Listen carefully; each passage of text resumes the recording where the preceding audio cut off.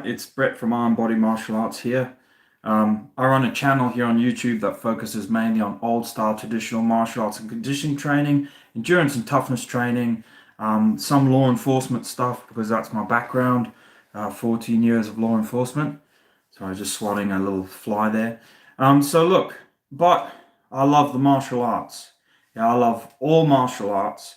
I love like a positive community, a positive mindset, but unfortunately that's not what exists in the world today. And I want to make this video as kind of an open letter, and I'll try and make smaller versions of it, but I like doing like live ones, even though no one listens to them. I wanted to do like a live one, just to talk about, some of the issues that I'm seeing on YouTube, but they've always been on YouTube. So this video is entitled something like "Channels Exposing Fake Martial Arts to Who?" Yeah, and this is like an open letter or whatever to all these fake fraud martial arts exposure channels that keep feeding us all their freaking opinions and garbage and telling us what we should and shouldn't do, and like, usually very culturally biased, from one particular country in the world, and keep telling us, what martial arts we can do, what martial arts we shouldn't do, and also usually having very limited to no experience of other martial arts, or the martial arts that they're talking about from the countries that they're talking about them, etc., etc., etc. So, so yeah, if you know of these channels, if you've come across these channels, there's like a core of them that tell you that they're exposing martial arts frauds and exposing fake martial arts. Well, this video is sort of geared towards those, and we probably all know what channels I'm talking about, or if you've seen them. Maybe I haven't seen a particular one you've seen, but we know the ethos, yeah? So, and it's a bit of a plague I think, in YouTube. Now, let's start with the intentions. So when you see one of these, exposure channels, whatever, or these current martial arts channels on YouTube, you've got to say, okay, what's the intention of the person who started the channel? Yeah. And if the channel is immediately talking about exposing fakes and frauds and this and that and the next thing, and going after bigger channels or other channels and calling them frauds and fakes and trying to pick apart their techniques and this and that and the next thing, then they are primarily on here for views and for entertainment, and they're like a martial arts entertainment channel. Yeah, and they should stay in that stream, and they should live in the stream of martial arts and entertainment. But unfortunately, people seem to watch them, and as they get bigger, the people who do them think of themselves as like martial arts experts, and they think of their opinion as experts, and they then think they can just tell you whatever they want, and it's true. And they seem to have thousands of followers who watch thousands of their videos who can like back them up. But what they don't realize is their followers, or their whoever's, probably a lot of them are not even martial artists, or they're of the same kind of mindset. They're picking up people who want to hear the message that they're giving. It's like picking up Democrats at a Democrat conference, or whatever your political party is. That's people that want to hear their message, which is usually a negative one. It's usually biased towards everything, else. So anyway, if anyone is watching live or whatever, I encourage you guys to, chuck your 2 cents in, tell me what you think. But yeah, anyway, thanks for liking, thanks for supporting. And if you do know of these channels, do pass these videos on to them, because it's my intention to start calling out these channels. And a lot, by the channels I'm talking, not so much anymore, but I'm talking channels like Icy Mike, channels like now Martial Arts Journey, which, not so much. But these are in between the realm of martial arts channels that then start to become exposure channels. So Martial Arts Journey, Icy Mike, Armchair Violence, who's Icy Mike's mate. Sensei Sess, not so much. He's a proper like martial arts channel. He seems to have diverted away from any sort of negatives of martial arts, and he actually goes and experiences the martial arts. So that's good. McDojo Life is right up there. That's one of the exposure channels. And and fight, as much as it's loved, fight commentary breakdowns I stopped watching years ago, or I don't know if he's still out there, and he might have changed what he does, but that is also a martial arts exposure channel that I believe falls into the category of these fake martial arts exposure channels that aren't actually helping. So back to the title of my video, and I'm sure there's many others. There's so many copycat channels and blah blah blah. But back to the essence of my video. Okay, why is the channel started? And okay, fair enough. So if it's a martial arts exposure hate channel, whatever, that's fine, and everyone having their opinions and commentaries, that's fine. But what then concerns me is when they go out of their stream and they start talking about stuff that they don't know. But they have to do it for views, and that's what they do. So back to my first topic is what is the intention that the channel started for? If it started for those sorts of things, and then it starts branching out onto other things and telling you because at first it's giving you examples, and I guess trying to let you decide depending on the character.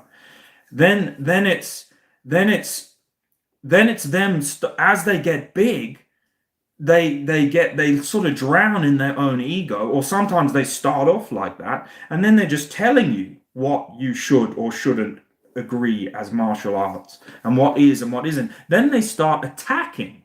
So then they start, but some there are, no, and don't get me wrong, there's lots of valid examples, or there's lots of examples of like people who've called out fake martial arts, and McDojo Life claims that he's doing everyone a service by calling out fake martial arts and exposing, and I think he does from time to time expose like people who he thinks are frauds, and there's other people. I don't watch his channel much because, again, maybe it's me being biased, I don't really like that kind of content. Because one, like the title of my video, exposing fakes and frauds for who? For who? Because, and here's another thing, all of these guys outside of YouTube, so back in the day, take YouTube away, these guys seem to forget, or some of them are too young, like obviously the youngsters and the copycat channels, that what they're experiencing is just what you normally experience in martial arts, and it's what everyone experiences on their martial arts journey.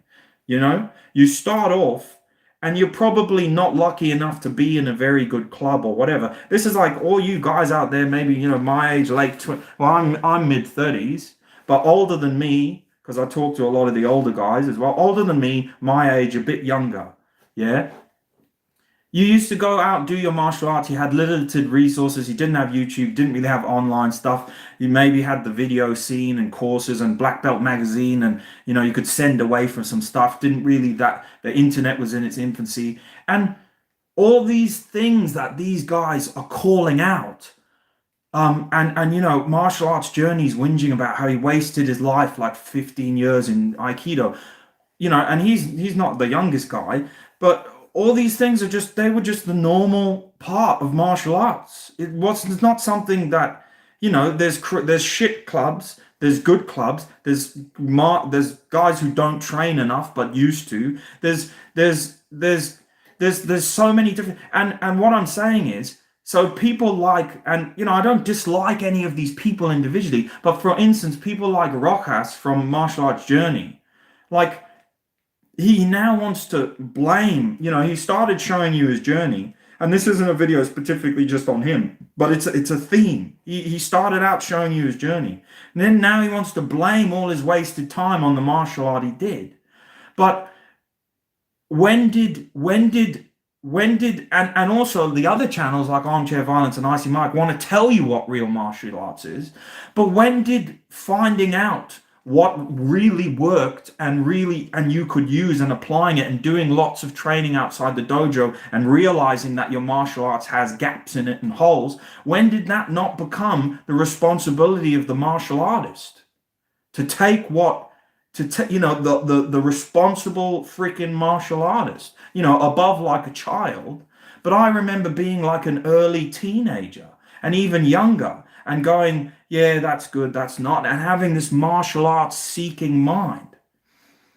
So these guys are blaming society's inequities and the youngsters' culture or whatever, and the culture that's always existed in martial arts. They're blaming it on the martial arts, and then they're trying to tell you what's fake and what's real, and they're comparing it to just modern day sport and MMA, which I like MMA, I like all that stuff, and they're trying to just direct you in this way of like, see, all that old stuff was crap and it was leading you wrong and this and that, and MMA and combat sports, and this is great, and BJJ, and that's all you need to do, and all the old stuff, la la la, and kung fu's a waste of time, and bone conditioning doesn't work, and this is all shit that these guys say. Oh, don't watch this, don't want this, that guy's fake, that Chinese guy over there doing Wing Chun, that's crap. That guy doing Tai Chi, oh yeah, if you want to just piss around flowering, that's fine. These guys seem to forget that, one, what age they are, whether they're younger or older. Two, they're not going to be that age forever. Three, society didn't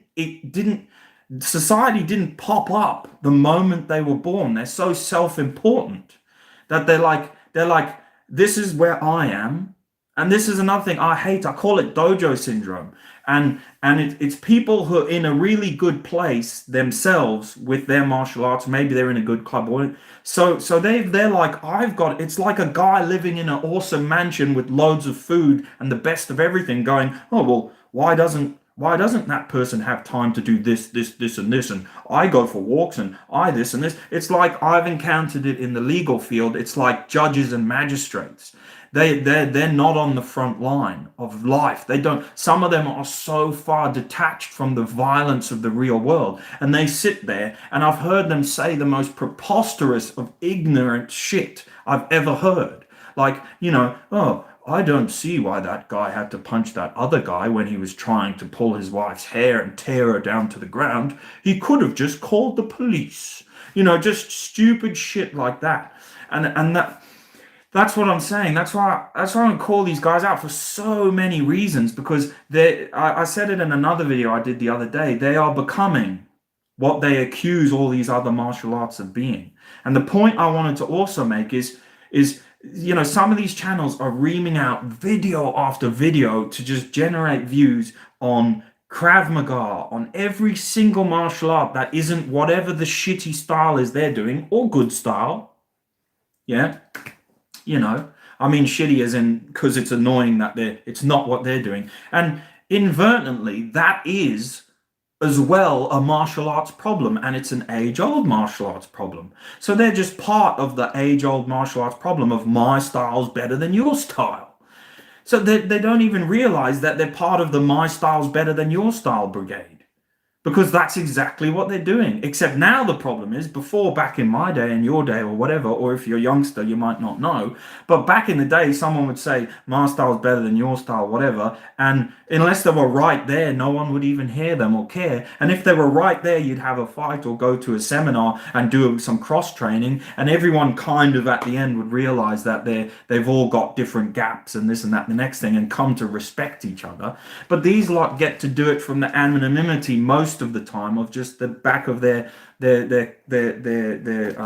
screen, until they gain such fame and such thing that they can go out and spread their lies or meet up with another person that they want to meet up with, and that's pretty much where it goes. Very rarely they'll challenge each other, but then usually they'll choose some like pathetic weakling. Like they'll pick on kung fu and challenge some kung fu guy, and it won't be, you can bet your stake is not going to be some awesome kung fu guy. I challenge any one of those channels. Fight commentary breakdowns, freaking Icy Mike, Armchair Violence, McDojo Life, any one of them. If you want to go and see good kung fu, whatever. Now I'm going to refer to someone better than myself, but then I'm going to refer to myself. You go and challenge Jing Yushan, the monkey door fist, Taiwanese current grandmaster of monkey door fist, where he is in Taiwan, Tainan. You go and challenge him. and you go and tell him that conditioning doesn't work, and you go and tell him, okay, we'll have a spar, and you go and tell him those, and you go, there is a real master. And that's what I mean about they are to who? Who are they telling? Because just like I told you at the beginning of the video, back in the day, we all had to make our own minds up about what was good and what was fake, and what we didn't need. You don't need people to tell you what's obvious. And that's what annoys me about those channels, because at first they show you what's obvious as if it makes them, then by showing you what's obvious, because I guarantee you guys are probably the same. 99% of people sit there and watch those McJojo Life videos and all those other fight commentary videos and go, yeah, of course that guy's bad. Of course he's shit. They get enough views from it, they get feedback, they go into a big channel, then they start telling you, this guy's not good, that guy's not good. Ooh, this guy annoyed me, he disagreed with me, I'm going to pick on him. Then they start directing, no, that guy's not good, this guy's not good. And can't you see how it's just cancerous culture? What are they giving to martial arts? They pretend that they're giving you hope and exposing shit, but we all know what shit looks like. So they're putting shit on a plate and they're telling us this is what shit looks like. And people, dickheads, are drinking it in and going, oh yeah, McDojo Life, he's an expert. Fucking Armchair Violence, he's an expert. Oh, Icy Mike, he's an expert. And they're all good in their own different ways, and they're probably good martial artists or decent enough for their own selves. And I'm not saying I'm better than them. I'm not saying anything. But why do they think they're better than you and me? Because I tell you what, I'm as least as qualified as any of those guys. By the recourse of that I'm some loser on YouTube who does martial arts. So that's what I'm saying. Like, it doesn't matter how many views they've got. At the very least, if you're any loser on YouTube who does martial arts and talks like me, you're at least as qualified as they are. So who the hell are they to tell you what's good and what's not for real martial arts? And then when you talk to them, when you go, mate, no, you're wrong, they get all freaking their nose out of joint about it because they've got views. Like McDojo Life, he put out a thing about the Bajinka and how phony it was, and I sent him a thing. But to be fair, he was quite good about it. I sent him a thing, but I was annoyed because he's already destroyed it to loads of people. That might be the best that you can get in your area. He's already poo-pooed it to everyone ignorantly, and I told him, with the Saki test and the dodging the blade, and I said to him, I was like, mate, look, you're not really right about this. You're not quite right. You're trying to help people out. Well, you're not really. You're just trying to get views, but you're trying to help people out. You're trying to say how fake it is, but he's already biased from the start. Because he's not making a video saying, oh, let's have a look at Bujinkan. He's making a video with all the stupidest clips that you can find on YouTube, of usually the worst, like I said, showing you crap, and then expecting a pat on the back for it. Like, I showed you a plate of crap. This is what crap looks like, by the way, guys. Now I'm an expert on crap. And so I said to him, it was ages ago, but I said, mate, look, you're not wrong about that. And then he was like, oh, well, we can talk about it. I'm live every day on this channel. And I was like, well, that would maybe be good. I didn't have the time to do it. But also I was like, man, there's no way I'm going to convince this guy live on his talk channel where all his people listen to. And they're all people who love people who just go online and just diss on martial arts that they don't understand. Now, this isn't specifically about that, and it's not like a big attack on them. But what I'm trying to say is, it's exactly that. Who are you guys exposing these things to? You're doing it for views. You're doing it for entertainment. Don't try and pretend you're doing anything other than that, because you got people like me and others who've been doing martial arts for years, and you got the few who come out, like Dan the Wolfman. Big shout out to him. You've got the few that come out and challenge these guys, and the even fewer who've got the credentials to not be just mocked by everyone. And so look, Dan the Wolfman came out with all the thing that was going on with anti-Aikido and anti-this and anti-that, which is their narrative, and anti-traditional martial arts, and everything they don't do shit. And no one else could possibly cross-train, or none of these traditional martial artists possibly do anything else, and most of them do, but that's part of their training And it's expected because it was expected of us back in the day.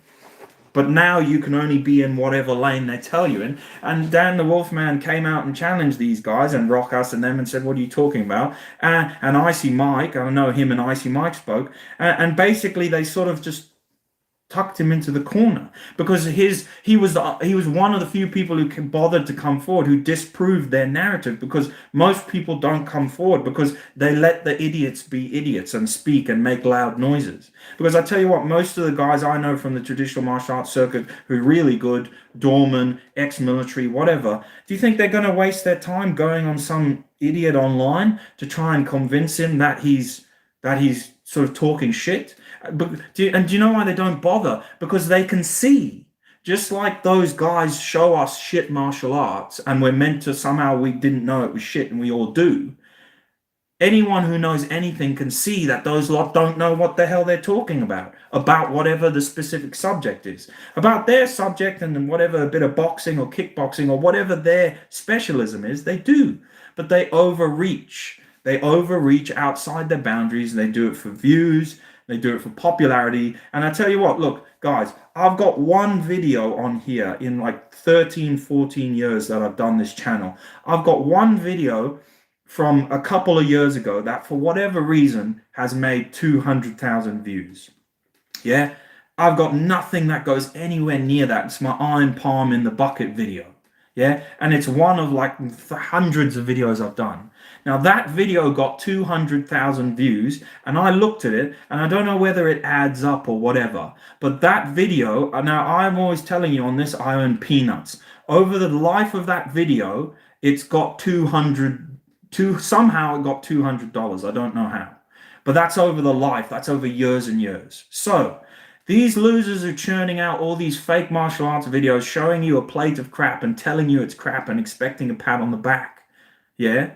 Think about how much money they're making. Think about the money. If I got $200 for one video that did 200,000 views, but you look at my channel, none of the other ones get there. I would love it if they did, but you know, you think about how much money they're making when they've got videos 40, 50, you know, even the smaller ones like Armchair Violence, the same size as my channel. Every video he does has got 4,000, 5,000, 6,000 views, 49,000 views, whatever. You know, you've got Icy Mike and them lot or whatever, and Martial Arts Journey. You think of all the views. If it's literally like 100,000 views is $100. I don't know. You guys might know more. I don't know if it equates that much. But that's the sort of money you're talking about. You think about the money those guys are getting. Then you wonder, is it martial arts they're trying to help? No. And that's what just enrages me. Who are they pointing out? So they churn out video after video after video of, you can't do this, this is crap. But what annoys me, it doesn't matter, but it's not even respectful. But that's because respectful doesn't give views. We all know this. So it's like this is shit, that is shit. I mean I've complained about loads, but Icy Mike's video years ago of like, oh, Kung Fu's fake, and so I repeat my challenge to those guys. Icy Mike, Armchair Violence, Martial Arts Journey, McDojo Life, you know, whatever. Not so much. I don't know what he does these days, but fight commentary breakdowns, I don't have anything against the guy, but he's fallen foul of it himself. That's why I don't watch his channel. But I know he's changed maybe what he's done. But I challenge all of you guys, all of you, and I'm not even going to waste my time on me. Let's go to someone better. If you're looking for martial arts master, Jing Yushan, I think that's like the Monkey Door Fist Master, 10th Dan, 9th Dan, Kung Fu. Go and tell him he's fake. Go and tell him Qigong doesn't work. Go and tell him that, you know, you can't spar, you know, Kung Fu, this is how you have to train. Go and tell him, because that's Kung Fu. That's what a Kung Fu master looks like. Okay. Now, to a lesser extent, I'll even extend the challenge to me. Any of you guys come, or we'll set something up. I live in Australia, so I'm already going to admit this is very hard. It's probably not going to happen. But any of those channels talking about what's fake and what's real and traditional martial arts doesn't work and this, that, and the next thing. And then also when you tell them like, hey man, look, I'm also a cop, these palm strikes and stuff, they actually work. Let's set something up. Any of those channels. Because they don't seem to, when you tell them, they don't seem to believe. They don't seem to, you're like, mate, I've done 14 years of like policing in real life. It's at least as good as if you want to diminish it loads, the physical stuff I've had to do with people is at least as good as, what do you call it, pressure testing. So they go on about pressure testing. Oh, you've got to pressure test your martial art. How's about pressure testing it in real life? So even if the least I've done is pressure test my martial arts in real life, and none of these guys have like attacked me directly, so I'm not so much. But I'm just saying hypothetically, if the least I've done is pressure tested in real life, then come to me then, and I'll show you that conditioning works. But I wanted to refer you to someone better because I'm just some nobody. But that's what I'm saying. I'm not a master of kung fu. I've trained it for a lot of years. I'm a nobody, but I'm just one of 100,000 kung fu martial arts nobodies. So to any channel out there, like I said, any of the fake exposed martial arts channels that I'm telling you kung fu's fake, the whatever, come if you don't want to go to Jing Yushan, the 10th Dan Taiwan monkey door fist kung fu guy, and tell him he's fake. I'm a martial arts kung fu nobody. I train kung fu, but I've trained it for many years. But I've been on the streets doing policing, and I'm telling you that these things work, and the conditioning's got value. I've done my BJJ, I've done whatever, but I've done the modern stuff, and I'm still saying you this stuff has brought value, and it isn't fake. So okay, all of those channels, come here, come to me, or let's set something up. Now I'll admit straight away, it's very hard. I work, you guys work, but let's get something going. So don't just stand behind your screens. And a lot of you are good now. You're starting to go out and stuff, but it's in your own like group. But come and tell, come and armchair violence. Come and tell me that that conditioning is bro science. Or he knows that armchair violence kid knows Sensei Seth. So go to the kung fu guy that Sensei Seth went to the other day. And go and tell him, and go and have a little spar with him. No shin guards, no leg guards, no shin guards and gloves.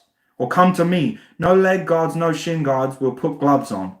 Yeah, we can put head guards on, and we'll have a spar.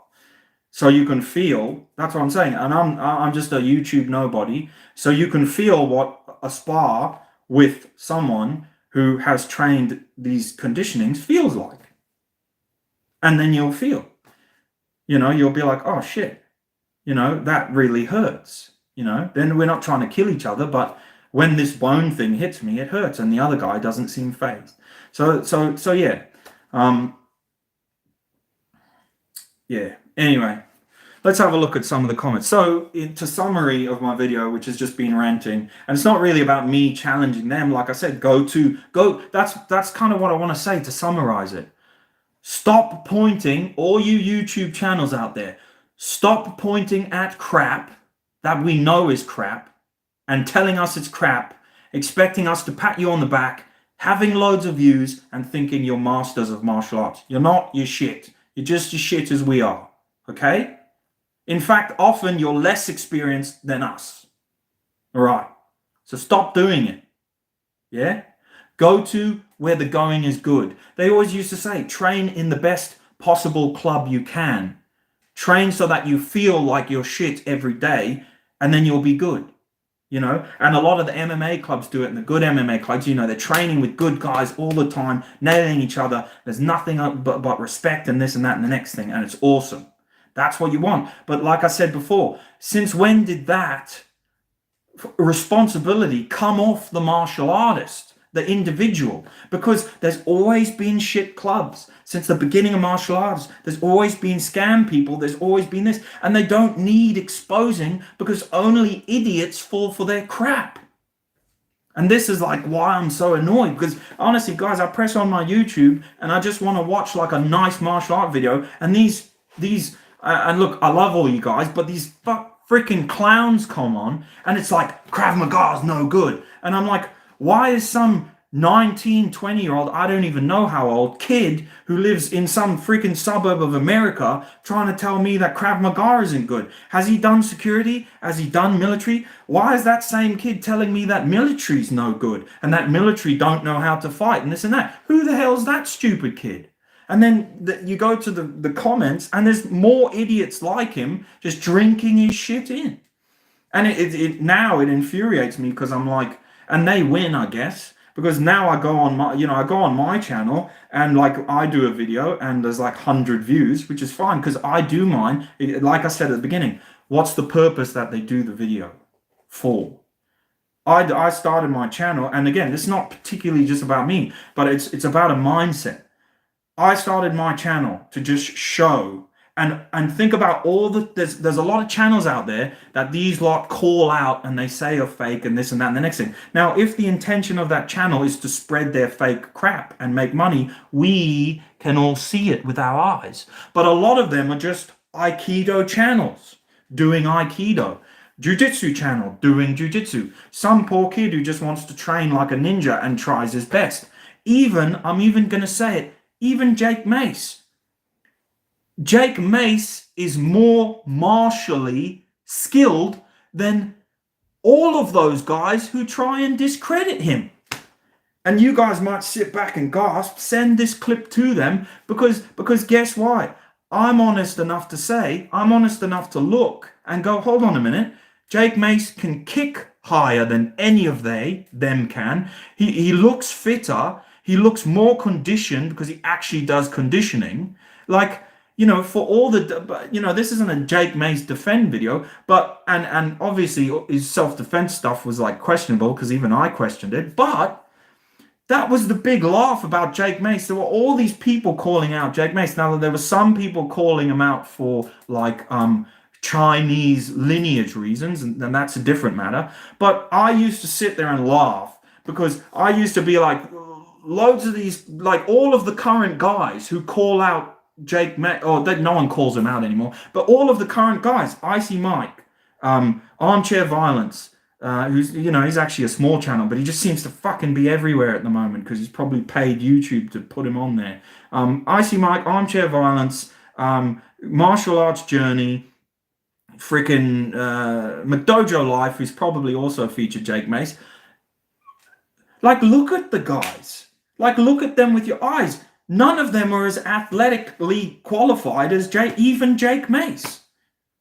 And if you guys are all honest to yourself, you have to, and exactly. Max says, sitting back gasping. Jake Mace gets lots of views. So why do you think these guys attacked Jake Mace? It was for views. Which shows the dishonesty of their channels. It shows their true intentions. Icy Mike landed. Straight away, Jesse Enkamp. Straight away, Jake Mace. Straight away. And he started as a martial arts parody channel. Then he got enough views and suddenly became an expert. And that's fine because he does martial arts. But then he's telling you what's fake or real. And do you know what makes me mad about it? None of the guys individually. What makes me mad about it? And it doesn't even make me mad that they're attacking like some of the stuff I do. Because guess what? I don't actually care, because it's the only reason I'm so annoyed is because I know it works. It's helped me. I've fought people in real life, in like actual people trying to hurt me, and I've gone like this with some stupid crappy kung fu move into their like neck or face with my conditioned forearm, like a level 0 move, and it's fucking knocked them out. I didn't even have to do a complicated jiu-jitsu move. I didn't have to do like further, like I call them stage moves. At stage 1, they were beaten by a simple thing. You start off simple, you get complicated. If you can win a fight with a simple one hit, one response move, you will do it.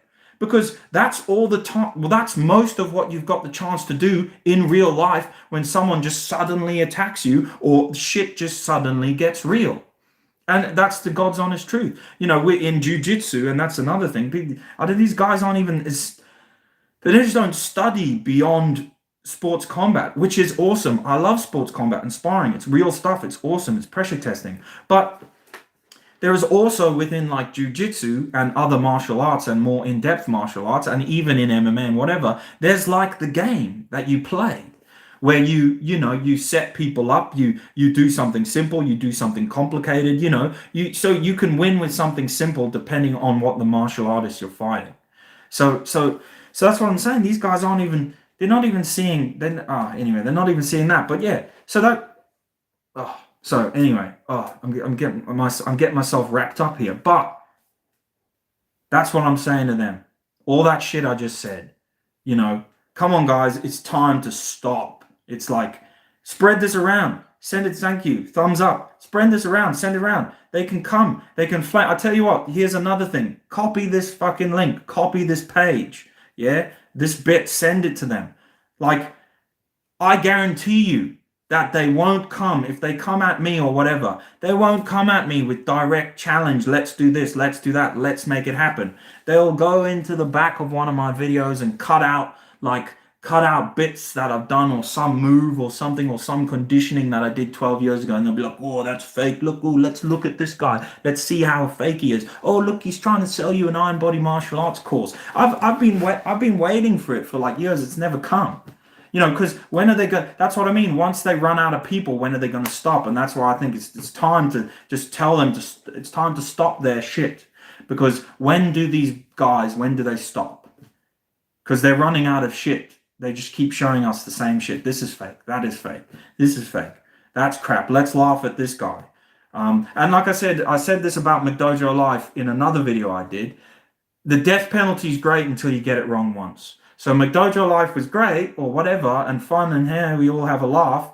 Although I don't agree with that, but we can all have a laugh. But then there's I've seen stuff in his videos that he's just downright wrong. And he goes and slates a martial art or slates someone and just doesn't understand it. Out of context, clipped video, whatever. Like I said, look, don't get me wrong, I don't religiously watch the guy and I haven't seen him for years, but it's the mindset, the culture, and they're all connected because McDojo Life associates with Armchair Violence, associates with Icy Mike. They're all in each other's videos. And it's this conglomerate, and they literally have a conglomerate on martial arts. And again, I'll say to them again, most of them, if they had to spar Jake Mace, would not come out like looking fresh. So that's what I'm saying.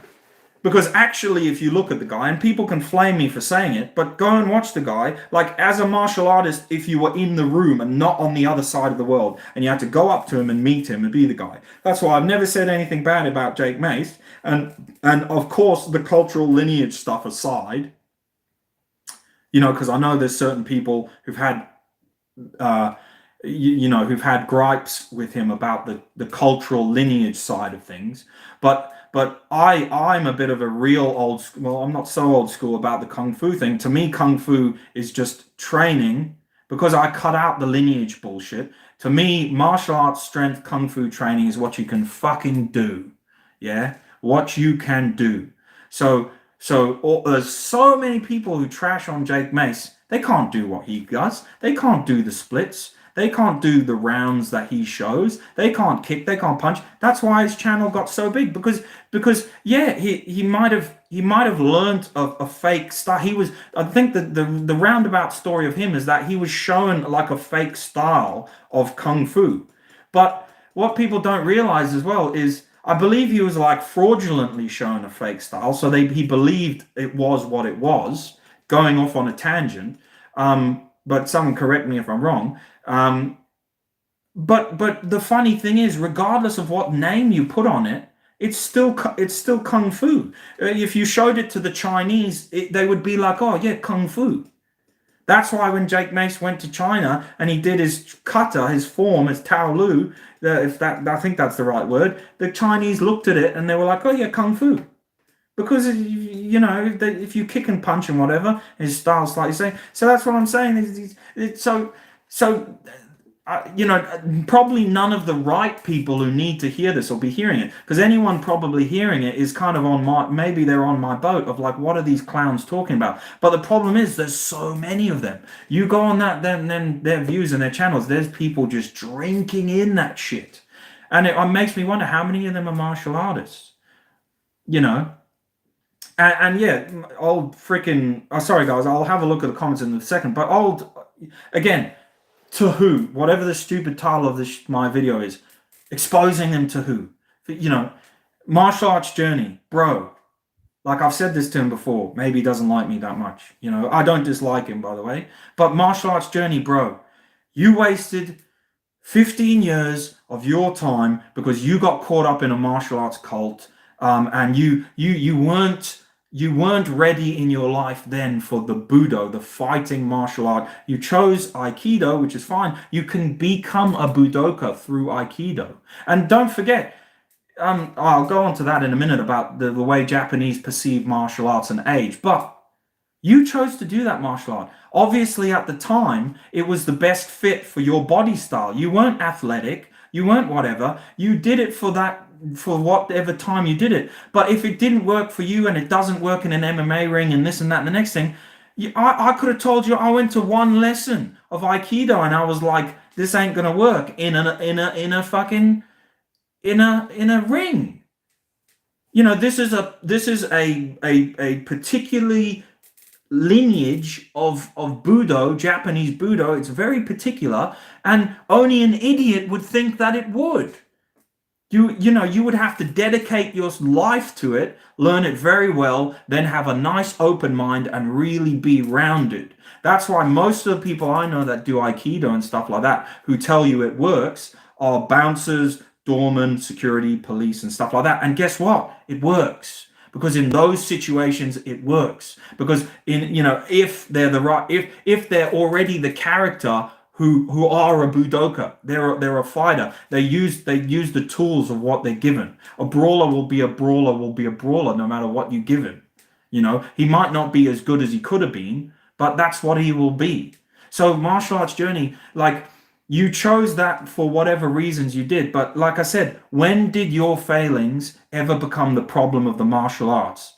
And why is that some big thing that you think you're exposing? Who are you exposing it to? No one. Because back in the day before the internet, this is a normal state of martial arts. You go to the martial art, you pick the one that best suits you. That's why in Japan, the judoka are usually like the quite bigger Japanese, and karate is, if you talk to the Japanese about it, is considered like the jocks, and a lot of the bigger guys do the karate, because when I went to Japan, I was speaking to some Japanese guys about it, and I know that's not a hard and fast given rule, but and in Okinawa, the guys doing Okinawan karate, the guys who are they don't have quite the physical attributes. They do other martial arts. Older people, Aikido, but I'm not saying exclusively to older people.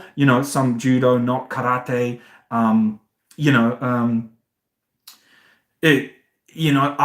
kendo, whatever you want to take it to, tai chi, so martial arts are as multifaceted as people. So since martial arts, I mean, this is a conversation I've already had with martial arts journey, but bro, since when did that your failing become like, and who are you to say your failing is like the fault of the martial art? Bro, it's your failing. Because I remember I went as an early teenager, having done some jiu-jitsu, I went to Aikido. And for me, I respected it because I saw that it was like the pinnacle of jiu-jitsu. But I was like, yeah, this is not my scene. It's awesome. It's brilliant. I wish I could dedicate myself to it. It's not my scene. So I moved to something different. You chose to stay in Aikido, and you became an instructor and this, that, and the next thing, but you failed in the Budo part. Did you ever speak to your students about Budoka? You must have done, because it's in Aikido, and the sword and this and that and blah, blah, blah. Well, you didn't explore the Budo. You didn't explore the like true fighting. But I would have hoped that you could have used your martial arts in a defensive way or whatever that it was intended to be used. But maybe you couldn't. I don't know. But so, Anyway, this video wasn't about martial arts journey, but I was using that as an example. Like, guys, yeah. I'll look at some of the comments now because I'm getting angry. I'm already angry. Oh shit, so many comments. Sorry guys, it's 40 minutes in, I didn't even look at the comments. Nicholas says, hey, when did you say, or what video did you say Icy Mike went back on his opinions of bare knuckle training? Oh well, Nick, some months ago or a couple of years ago or whatever, my Icy Mike, I think it's in Icy Mike's, like, he made a video where he said, like, martial art bad, he kind of came full circle and went, actually bad martial arts isn't going to kill you. And again, I'm going back to my first point where I was like, that back in the day, that was part of martial arts. You went to a martial arts club, you trained there a bit, it wasn't that good. You realized that in yourself, it was part of your development, you moved on. If you stayed in that club, that was fine, that was you. You were just one of those guys that wasn't that good. Maybe that's me. I don't know. I don't know where I fit in that scale, but you were just one of them. And that they're martial artists, the same as everyone else.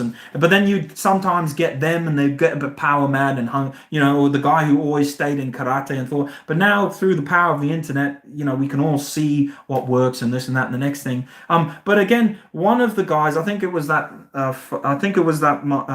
armchair violence. He examples boxing for one of his things, and he's comparing how bad different martial arts are. Then he talks about boxing and how proficient you can be in it. But on the converse side of that, now with the kind of MMA ruler that everyone looks at everything, someone could technically do the same thing to boxing.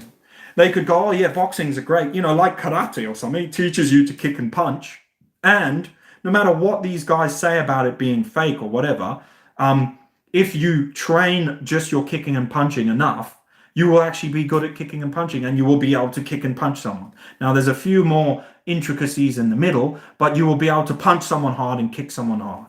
Yeah, simple.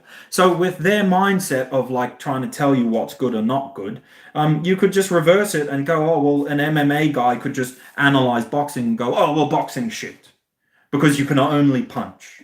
You can't kick, you can't grapple, you can't this, you can't that. But they can't do that to boxing because boxing is a Western accepted pugilist tradition that's considered powerful. So all they can say is, oh, boxing has its weaknesses. I'm a fan of boxing, by the way. But can you see? I'm just giving you guys an analogy here. But can you see the analogy? You could attack boxing in the same way, even though it's so practical, even though it's so effective, even though it's so. With the MMA sport combat ruler, you could attack boxing the same way because you can put, how many boxers won UFC? 1, 2, 3, 4, 5, 6, 7. Back in the day, none. Because they got submitted, they got this, they got that. I can't remember any. Obviously now it's changed because they've got different tools.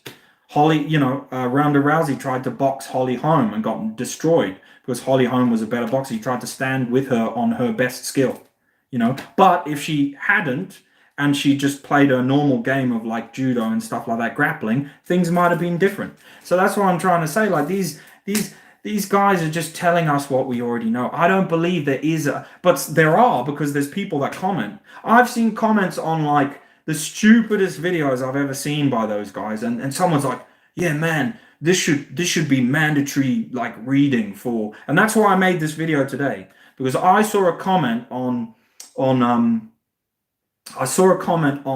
Armchair Violence. His channel's the same size as mine, but each video he does, because it's just clickbait, gets like, or maybe in his view he's telling the truth that needs to be told, but each video of his gets like 5,000 views. I get like 100 views on my video. It doesn't matter, because I'm not making my videos with intention of clickbait. Why did I start this channel?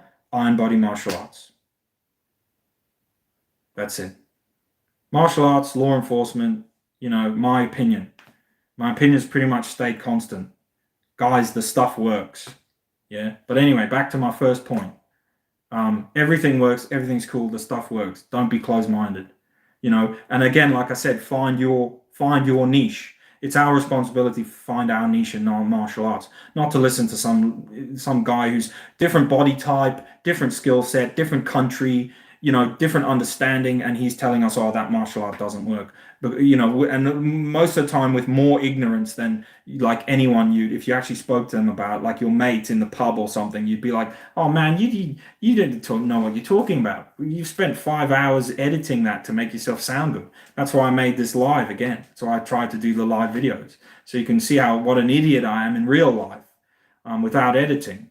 But anyway, back to my first point, which I've freaking lost now, but it was going somewhere. No, anyway, it was going somewhere, but I lost it. Doesn't matter. But yeah, these guys are telling, yeah, I don't know. Anyway, next comment. Let's go down. Cosmo says, I can't like Icy Mike videos, to be honest. And again, I'm saying this is nothing against those guys like per se. Just, they're good. They're getting their views. They're getting money. They're laughing at us all, man. They're laughing at me. They don't care. Well, they don't laugh at me. They don't know me. No one cares who I am. But I just think these guys, it's ironic because these guys are doing damage. They're damaging the martial artists. Sorry, that's it. So I saw a comment on the stupidest video by Armchair Violence, which was some video like, I wish I could remember what video. It was one of his classic videos like, this style doesn't work, that style doesn't work, Krav Maga's fake, Krav Maga's doesn't work. And, thousands of views. And someone put on it like, this video, this is like so refreshing. This should be mandatory viewing for like anyone who does martial arts. And when I saw that, I just got enraged because I was just like, this is the poison that is being spread by these assholes, and they don't even realize it. They claim to be doing good, but again, like I said, fifth millionth time, what was their intention for setting up their channel? Yeah, was it just to show their martial arts or show their training? Because most of the people they attack, their intention was just to show their martial art, and then they get attacked by this crowd for views. Oh, your martial art doesn't do this, your martial art doesn't do that. Well, like I said, you could do that to a boxing channel. If you've got some guy doing his Aikido, yeah, he might be a bit, he might think he's the hardest man in the universe. He might whatever, but he's doing his Aikido. And there's people coming on, oh, that wouldn't do this, and they're freaking comparing it to like all the modern MMA stuff and this and that. And it's just like, and I'd look at these channels and be like, bro, this is just some guy that Remy, he's like doing his Aikido. Like, it's Aikido. Leave the freaking guy alone. What are you talking about? Like, he's bigger. He's probably bigger than you. And didn't he used to be a boxer or something? That guy could probably crush you just without Aikido. And that's what these guys forget as well. Is that, like I said at the beginning, I've done jiu-jitsu, I've done loads of different martial arts and kung fu conditioning and stuff. So people come on my channel and they're like, oh, this kung fu conditioning doesn't work. Bro, I've been in real situations where people have grabbed me. I've been fighting with people because I've been a policeman for 14 years. People trying to hurt me, people trying to harm me. And I've used the shittest, simplest moves to defeat them. Sometimes because I did some conditioning. And I try and be a real martial artist. So I've gone like, instead of going, no, conditioning doesn't work. None of it works. It's bro science. I'll just go and do BJJ, which is good. I love BJJ. I've only done it later on in my life over the last couple of years. But all the years back, I didn't know it, so it couldn't have helped me. I knew traditional jiu-jitsu. But kung fu wise, I've used like the shittest kung fu techniques to beat people because I'm inherently a martial artist in heart.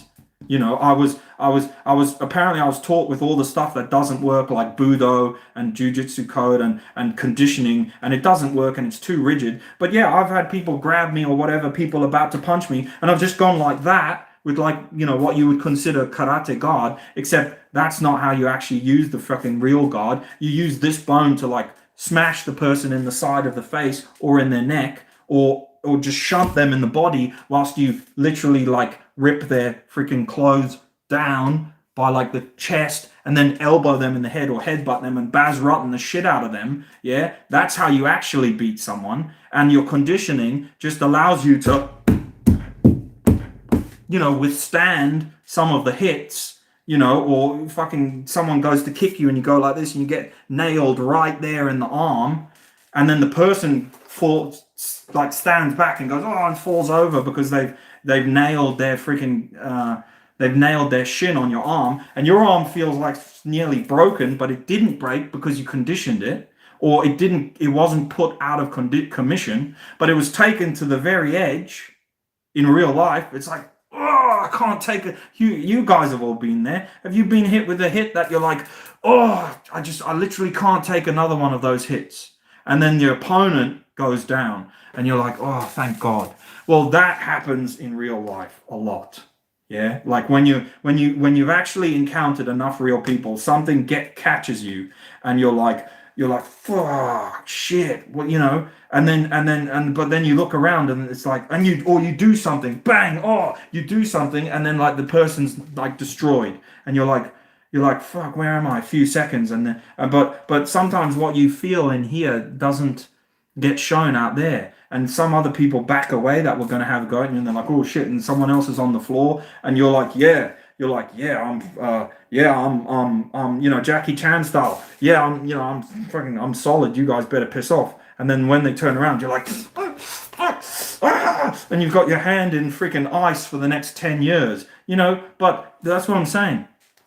That's when it's a bit of a comical example, but that's when conditioning will help you. That's and it will, because that's when it does. When you least expect it, just being that little bit tougher helps you. Like, yeah. Anyway, sorry, let's get through these comments now. Cosmo says, plus I hate when some say fist conditioning will get you injured and won't, to be honest. Like I told the guy when I used to go boxing, my fists are different, but I'm still improving them. Oh yeah, exactly. Plus I hate when the younger ones easily believe their words without questioning for themselves. It's like a bunch of sheep following a shepherd and believing his words, Yeah, well, exactly. Oh, man. Teramitsu, P4P Teramitsu, yo, I love your live talk about armchair violence the other day. Yeah, yeah. Well, no, I just got pissed off, man, with this videos that these guys are putting out. No one seems to call them out. Max says, was that the Bajinkan response one? Yeah, I did. Because armchair, I was talking about martial arts journey and how he did a video, like an anti-Bajinkan video, and he blatantly didn't know anything about the Bajinkan, and he even said at the beginning of the video, like, I've been asked by a lot of people to look at the Bajinkan, and that's where he lost his credibility. Like, he probably lost it before, but that's where it lost, because he put out a video that was like, he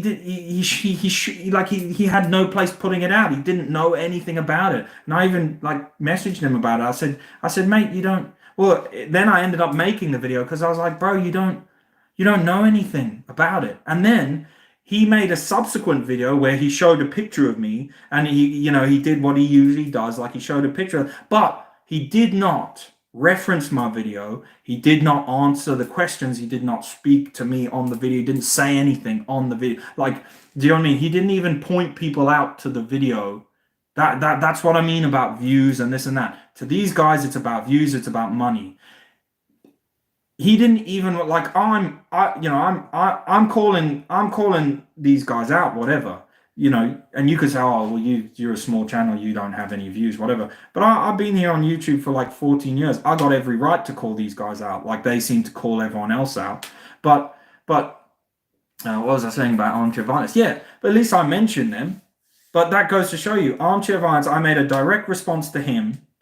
And obviously I don't have enough views for him to bother about me. But he, you can go and see his subsequent videos. He has a video and it has my picture from my thing on it, and it flashes up and it's from my response video.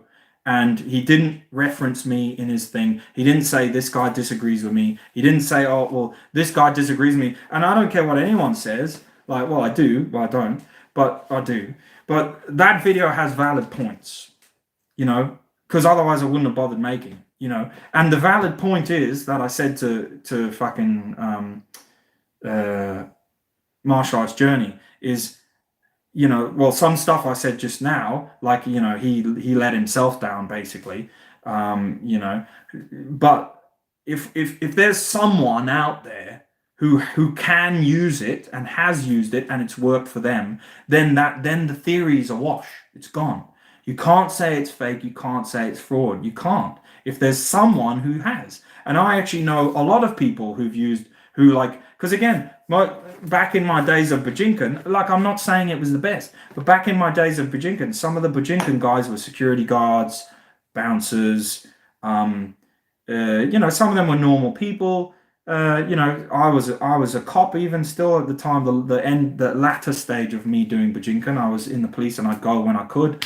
And like I said, with a bit of my conditioning and my kung fu and my Bajinkan, but anyway, I was like a lifetime martial artist, so you could probably put that aside. But I've used strategies and techniques and principles that I learned in Bajinkan, so in traditional jiu-jitsu. I've used them in real life. And that's why I wanted to make that video, because those guys were saying all that's fake. But even if you don't so much like the martial arts and this and that and the next thing, there's self-defense stuff in there, which is pretty much all that it is. There's self-defense stuff and it's samurai warfare and this and that. And that stuff can apply and help you in the modern day. If you can tolerate the structure of the training and you have an open mind, and if you've got an itch for sparring and bujing and MMA and stuff, go and do that in another club. It's as simple as that. But you will learn valuable stuff. You will learn just as valuable stuff. Now, listen, we're taking into account that you can already kick and punch and do the basics. So that's another thing. These guys talk about the basics. Like, who are they exposing these frauds to? It's like they're talking about the basics of martial arts. All they're talking about is the very basics. It's movement, punching, kicking, sparring, and stuff like that. And it's like, okay, those are the basics of martial arts. There is more to it than that. You can go and study those in other martial arts. But we're talking about the basics and drills and pad work and stuff. So they're basically saying the basics is the best and that's all there is. We know that. Everyone knows that the basics are the best. And you should drill your basics and you should do them and you should kick and you should punch and you should do that. But guess what? There is more. There is grappling. There is judo. There is Chinese version of judo. So it's, what is it called? Xiao Shi Jiao or whatever they call it. So there's other stuff. There's weapon work. There's this and that and the next thing. It's all got value. And that's the thing. Armchair Violence did a video the other day exposing fake martial arts again, and he said, fake martial artists will always tell you that all martial arts have value. And then he put forward his thing of, if people say that fake martial arts don't have value, they're obviously a fake martial artist, because not everything has value. Insert a stupid analogy. If I tell you a gun to the brain has value, does it have value? Blah, blah, blah, whatever stupid joke he made. But all funny and jokes aside, unfortunately, even if you make a stupid joke about something, it doesn't make your opinion true. If you make a YouTube camera flashing at people's heads, doesn't make it true. Yes, there is a lot of value. So by his version of events, I am a fake martial artist for saying all and many martial arts do have value. They do, yeah. But if you choose a shit one and you do it your whole life, that's your problem, yeah. Don't put it on me. Don't put it on my martial art. If you go to a shit kung fu with a shit instructor, it's shit kung fu. And I've never seen a video of good kung fu on the shit kung fu videos, other than good kung fu that they don't know what they're talking about. Like, good kung fu got nothing to do with sparring. Some guy doing a form, and they're like, look how stupid that form is. And it's like, yeah, well, that's not a form. It's not fighting. It's just a form to train this particular thing. So yeah, I've never seen them expose, because they just expose crap. So again, like, sorry guys, an hour and 3 minutes in, the title of my video, who are these clowns exposing stuff to? Who? I personally find it insulting to our intelligence. Like, I don't know why more people just don't call them out and go, man, like, But it's the TikTok culture or whatever. I don't know why more people just go, oh, man, this is just insulting. You guys are basically just online bullying some people you don't know. And yeah, fair enough, you can objectively judge if the person's a fraudster, if they're fake. And even that stupid, that guy with the glasses who did the like 5 ninja death scratch. That's what I mean. Fake and fraudsters like that. All those videos are super old. Like, they've been around forever. It was me and it was our job to go, oh man, that is shit, I'm not going there. But some people did go there. But you didn't get these people like these, almost like these religious people, the Mormon. No, there's nothing wrong with Mormons. I'm a Catholic by sort of birth, and I'm not the greatest religious person, but I have religious faith. So don't. I'm not trying to be insulting, but it's like the religious people on the side of the road trying to give you like the gospel and the baptism and this and that and the next thing, and lots of people aren't interested in it. It's like that. These guys are doing that on YouTube, and they go ding ding ding ding. Oh, look how fake this is, or look how shit it is, and it's like, man, we know that stuff's shit. Like, you're preaching to the choir here, and then they pick on someone else, and it's just a big waste of time. Anyway, Max says, follow all those channels and damn the Wolfman. Following all those channels and damn the Wolfman. Yeah. And then, yeah, like I said, Dan the Wolfman's one of the few guys who came along. And he sort of called them out. And because they could, you see, they can't categorize certain people. They can't get them. Dan the Wolfman's great because they were like, oh, shit, he's done MMA. He's got more of credentials than we have. And he's got proof.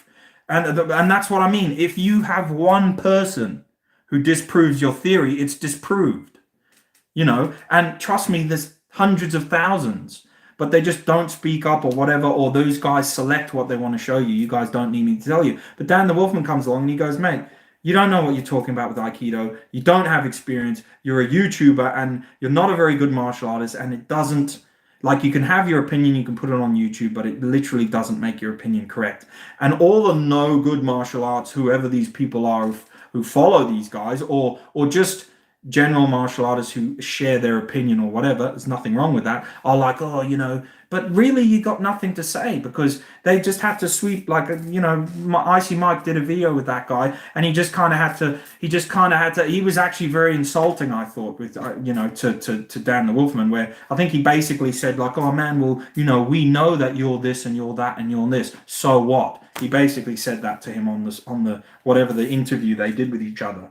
He was like, and he said, Dan, part of the reason you don't get views on this and that and the next thing is because it's all about you. We know you're this, we know you're that, we know you're this, so what? It's not entertaining. That's what he basically said. So therefore, he's going and admitting that it's just entertainment for him, but it isn't for Dan the Wolfman, because he's an actual seasoned martial artist. He's done this shit. He's trained with with guys. He's done like, I think he even talks about the Systema. Those guys would tear Systema. Loads of people tear Systema with the night stuff that they do. But Dan the Wolfman's quite. I think it was him advocating this one like weird Russian professor guy who was like, and I've seen his videos on fake martial arts videos, and he was like, doing all these weird like hits and stuff. Not the big fat guy. It was just another obscure guy. And yeah, Dan the Wolfman was like, no, man, it looks fake, it looks whatever, but when this guy hits you, it's so hard. It's so freaking hard.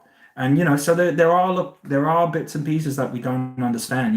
There are things you have to explore. And if you keep your mind open, you can explore them, and you might find a little gem and a nugget, outside what we just call basic martial arts. There is stuff out, get your basics good, but don't be, why should we all feel guilty for exploring other stuff?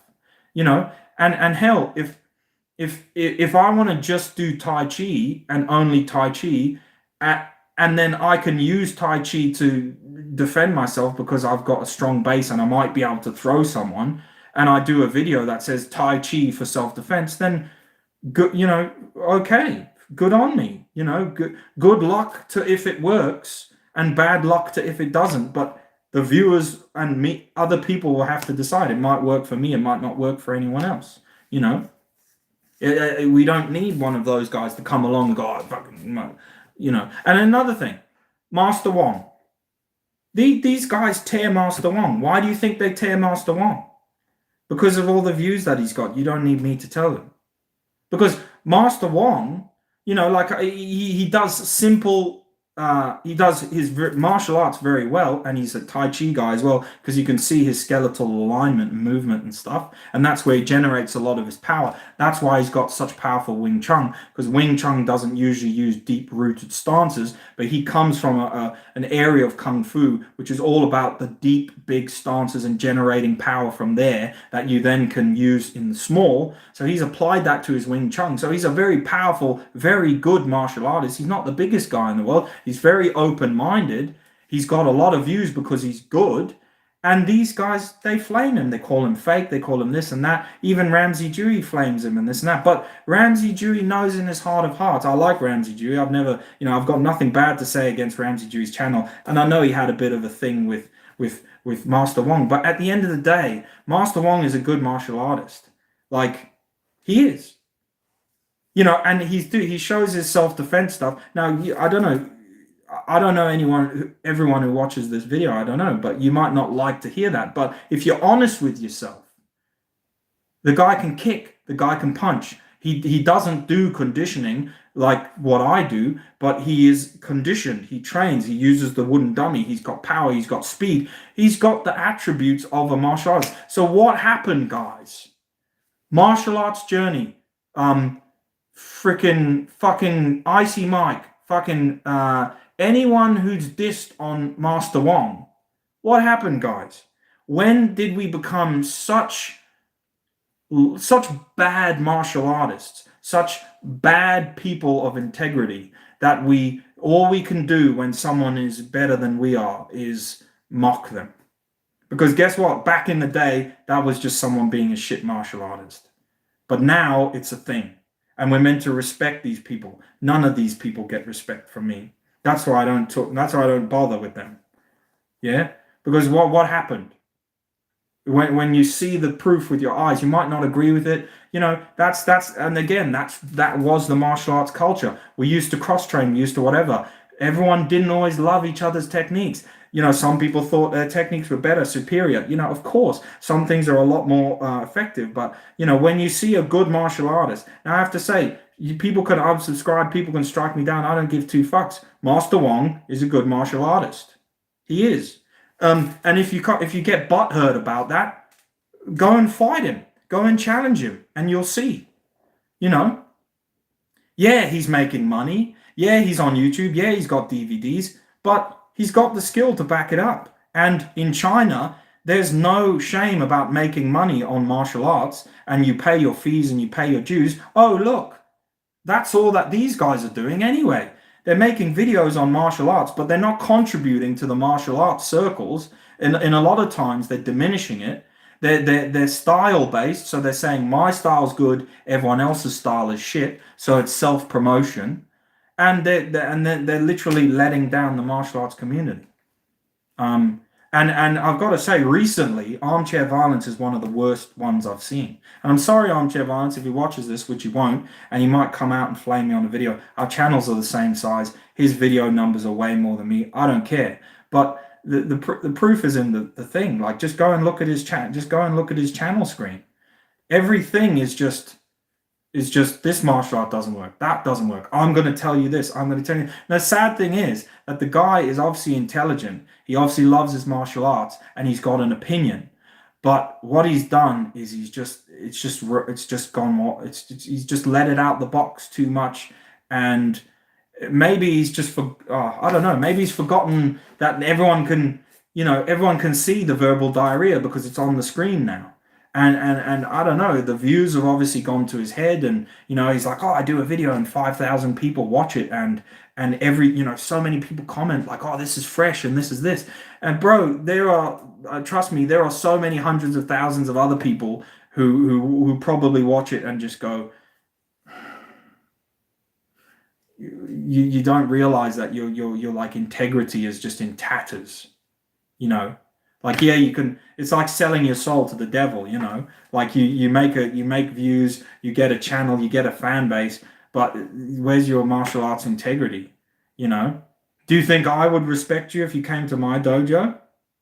Well, I would inherently because I'm trying to be a nice guy, but I already have disrespect for you just by the way you present yourself, and that goes for a lot of those channels. You know, um, they call it in China, they call it Wu Di, and I've pronounced it badly, martial virtue. Yeah, and it's the same in like Japan. There's like a respect and a this and that. And hey, you don't have to have respect. You don't have to have whatever. But it's I guess maybe it's is it old school? Is it too old school? I don't know.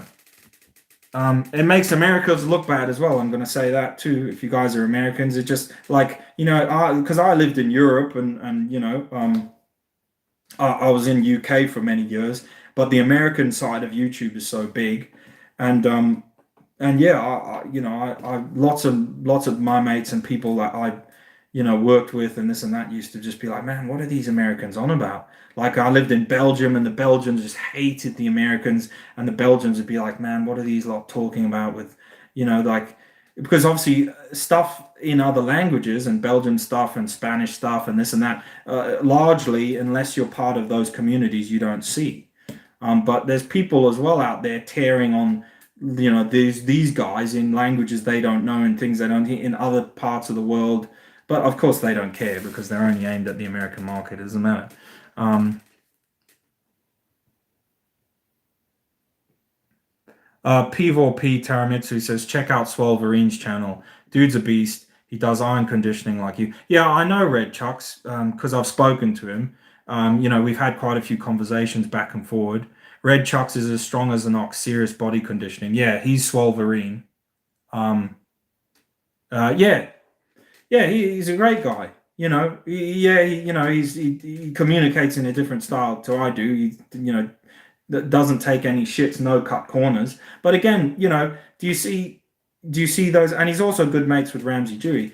But yeah, do you see those guys going and in fact, I'm waiting because like he does the brick breaks and stuff like that. Now he does different ones. I've never done the spaced breaks. I would like to do them, and I spoke to Red Chucks or Swolverine about it. I said I'd like to try those. And obviously he found me because he saw that I was doing breaks and stuff at the time, like bits of brick and stone, and I bent the rebar with the strikes, which is like unfakeable.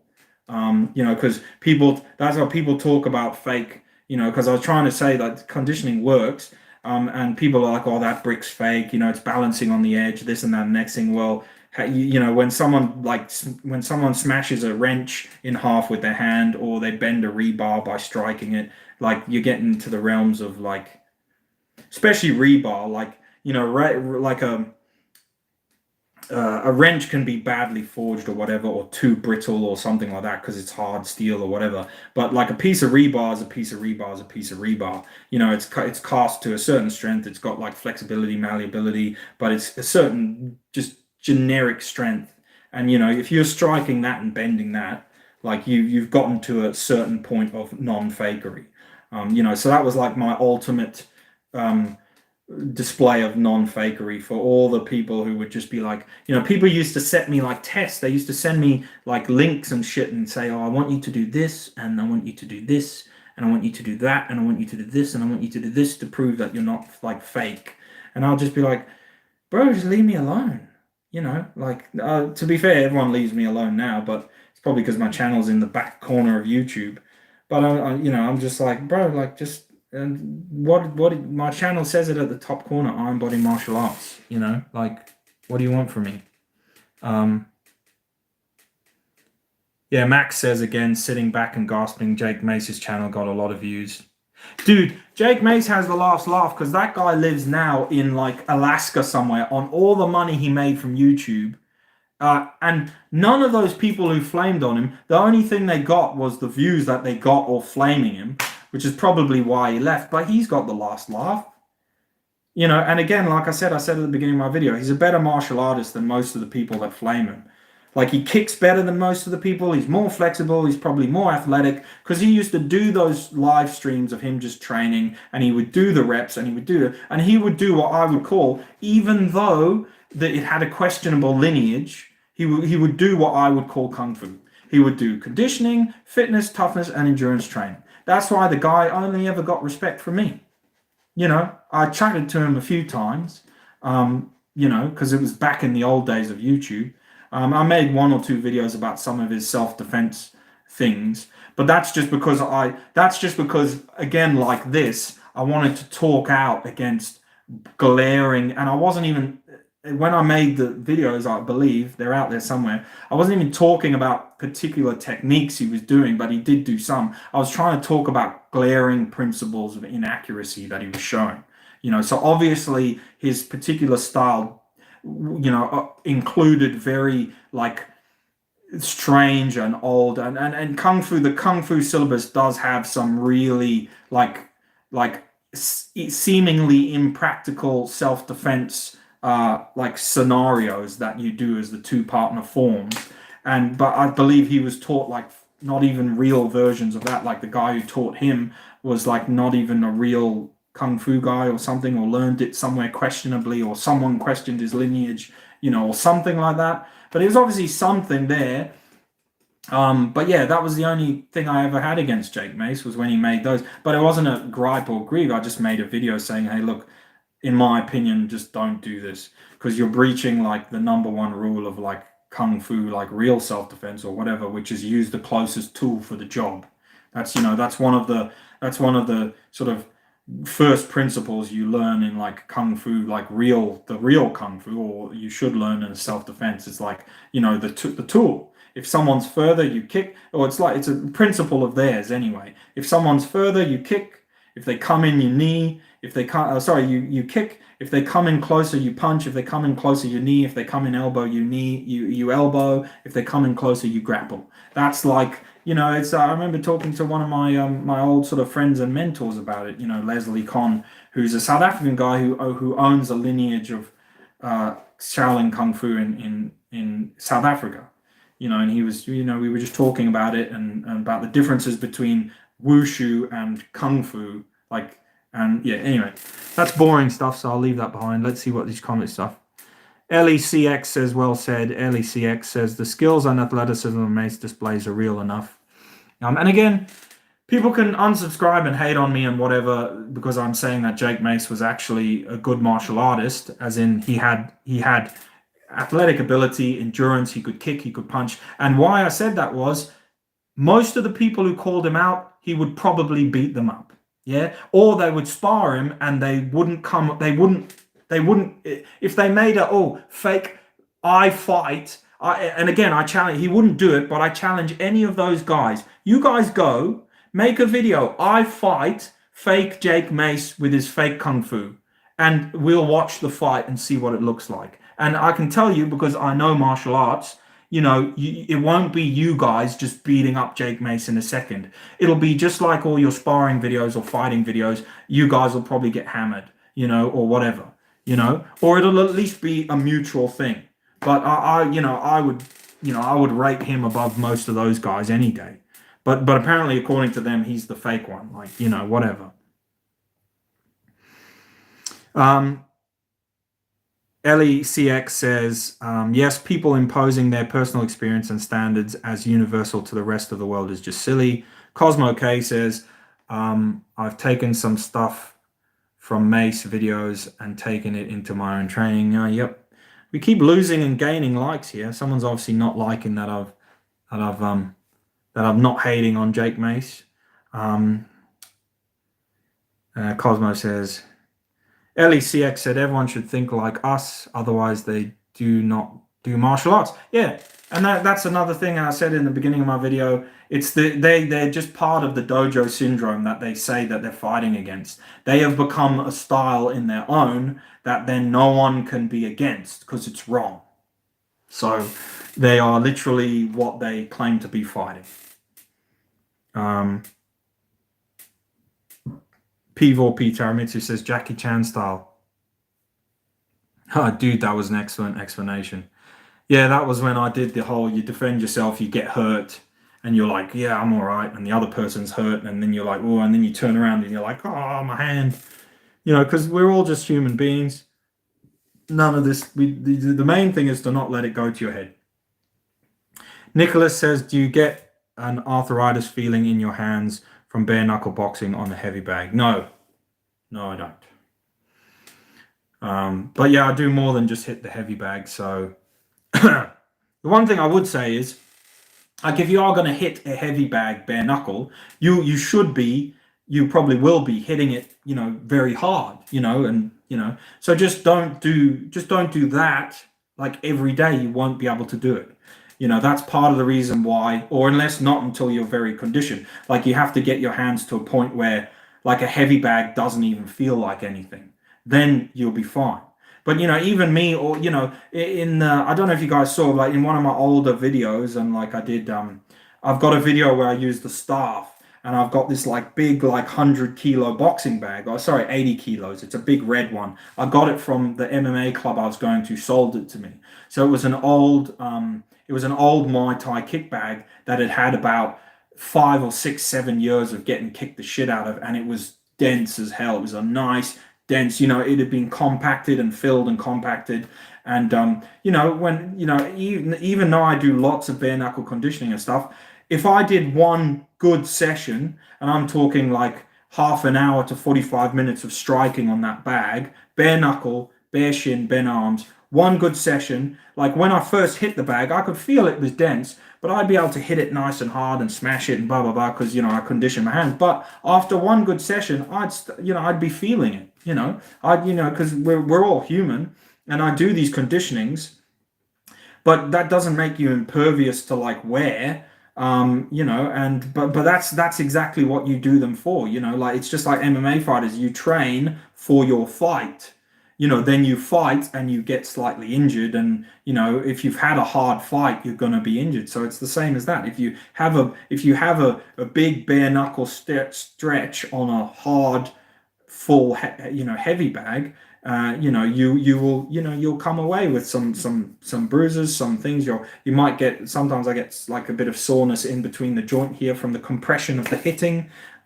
If you make a mistake, you might get the old bend wrist. I sometimes get the bend wrist, but the good thing is I can pretty much hit as hard as I want, and if I get bend wrist, it goes sort of about to there, like boop, and I'll notice it. I'll be like, ooh, bent a little, but then I'll just be able to carry on doing more and more punches. Whereas back in the day, I used to hit, and if I got bend wrist, that would be it. My wrist would be out.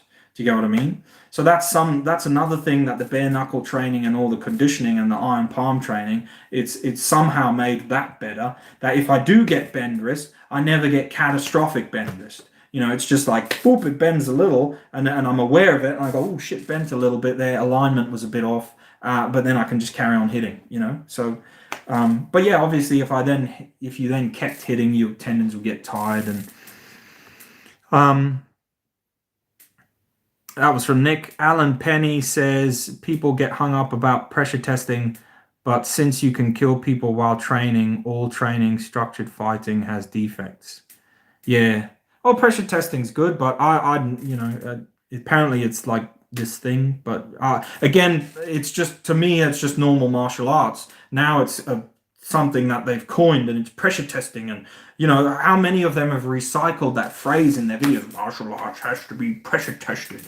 Someone's come up with it somewhere. I'm not saying it's wrong or right. I'm just like, oh, okay, yeah, but wasn't that just what we all were expected to do? Since when has this become a thing that we don't do, or your martial arts fake? Or again,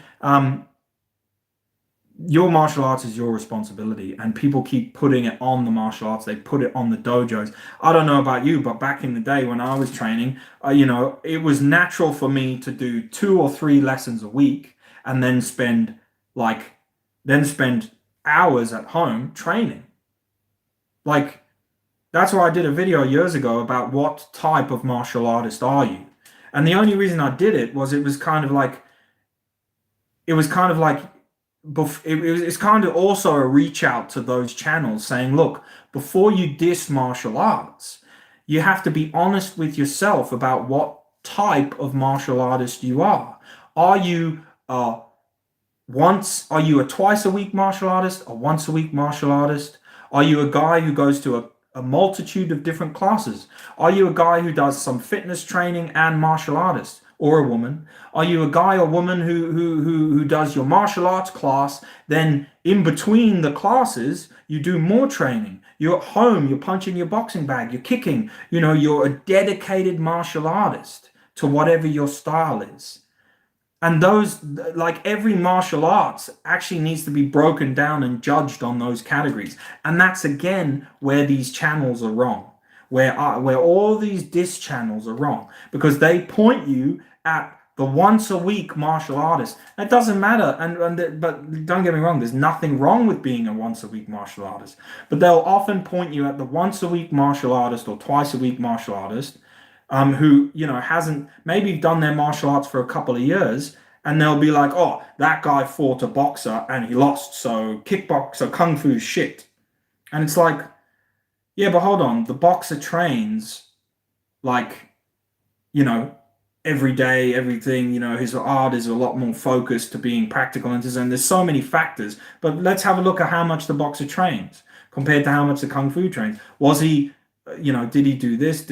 How many hours a day? How many, look at the style of training. So maybe that's a bad analogy. But what I'm trying to say is a lot of the time it's like talk and cheese, and it doesn't actually matter. And again, it doesn't matter what martial arts you do, really. It does, to some extent, it does. But it's really about the training that you do. And I think a few of those channels as well have also flamed people who say that. They're like, oh, a fake martial arts instructor will always tell you it doesn't matter what martial arts you do. It's about the kind of person that you are. Yeah, that's because, and then they'll be like, that's because, they're defending a fake martial art. No, it's because it's not my job to pick your fucking martial art.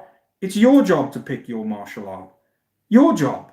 You pick whatever martial art you like and you do it to the best of your ability. I'm not saying this to you guys, but I'm generalizing here. Why is it my job? If I'm a guy who does kung fu, why do I have to be told I'm crap because someone on the other side of the world does kung fu craply, or he only trains it once a week and says, oh, I do kung fu? But again, back in the day, we all knew those people. I had friends, like I used to do Shotokan karate as a kid. I had friends who did less Shotokan karate than me, so they were shitter than I was. And that's just the way it was. And then I had friends who did Shotokan karate and carried on doing it. And then I left the karate and then I just trained in my back garden. But I was, when I met up with them, I was equally good, if not better than they were, even though they stayed at the club, because they went to the club once or twice a week and then did nothing. Whereas I was every day in my shit. Yeah, I'm talking as a young pre-teenager, but, they had the bonus of being with people and doing a bit of sparring.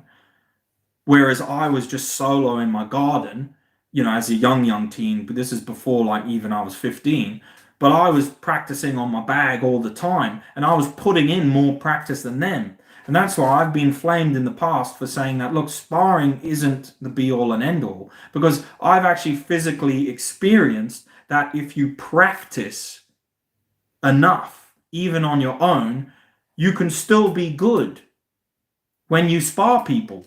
But anyway, sparring doesn't matter because sparring isn't fighting. But if you want to talk about sparring, you can still spar people effectively. If you're worried about sparring, just go and do your practice and, spar when you can. If you can spar all the time, that's brilliant. That's preferred.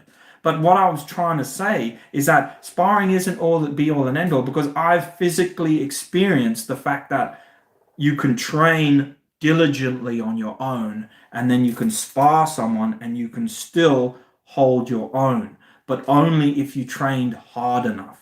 Do you get what I'm saying? Yeah? So now people don't flame me about sparring, because I've been flamed about that before. Sparring is good. Do as much sparring as you can. I've got certain opinions about sparring, but this video is not about sparring. People get very touchy when you start talking about sparring. Like, we got a thumb up there. Brilliant. Yeah, but sparring is what it is. It's one of tools of many. But don't, and then again, people flame you for something that you physically experienced, And again, it's easy. It's easy to, so let me put the analogy in this place. it's easy to have dojo syndrome. So those guys are in their dojos or wherever they are, they spar all the time, great.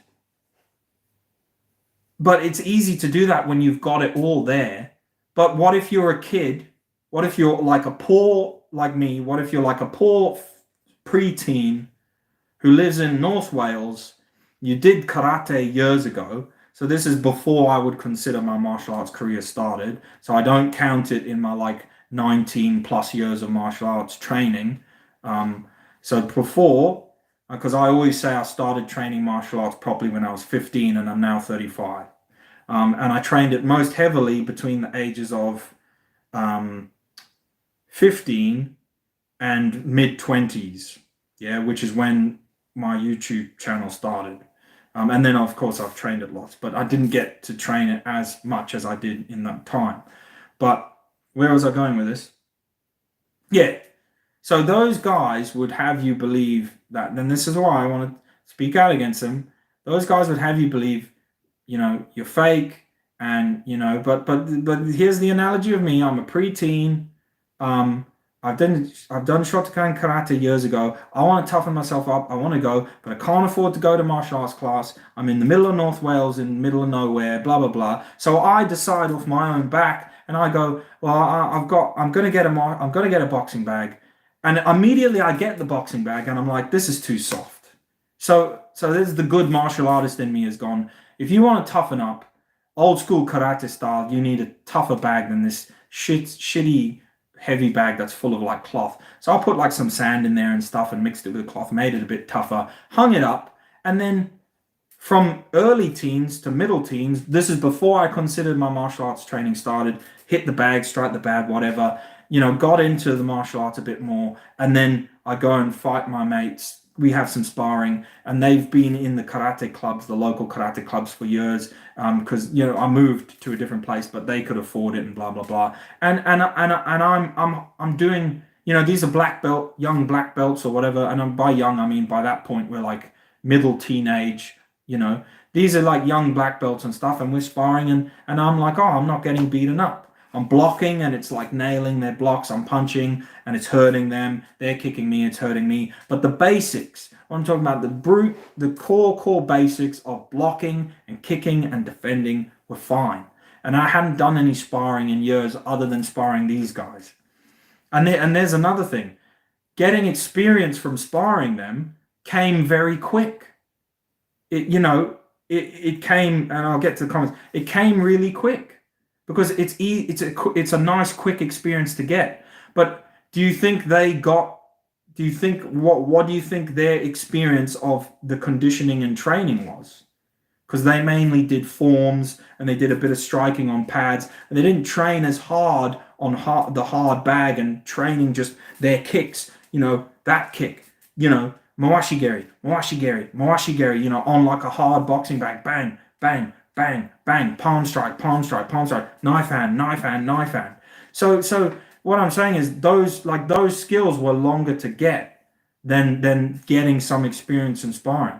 And that's why all these years later, I say to people, like, don't worry so much about sparring. Like, you can get experience at sparring pretty quickly, and you can get, so that's why I say sparring's not the be all and end all, because you can go and spar tomorrow, spar for a couple of weeks, and you'll be good at sparring. But what you can't do is make up for years of conditioning in a couple of weeks. And you can take someone who's conditioned and put them into sparring, and they might lose at first.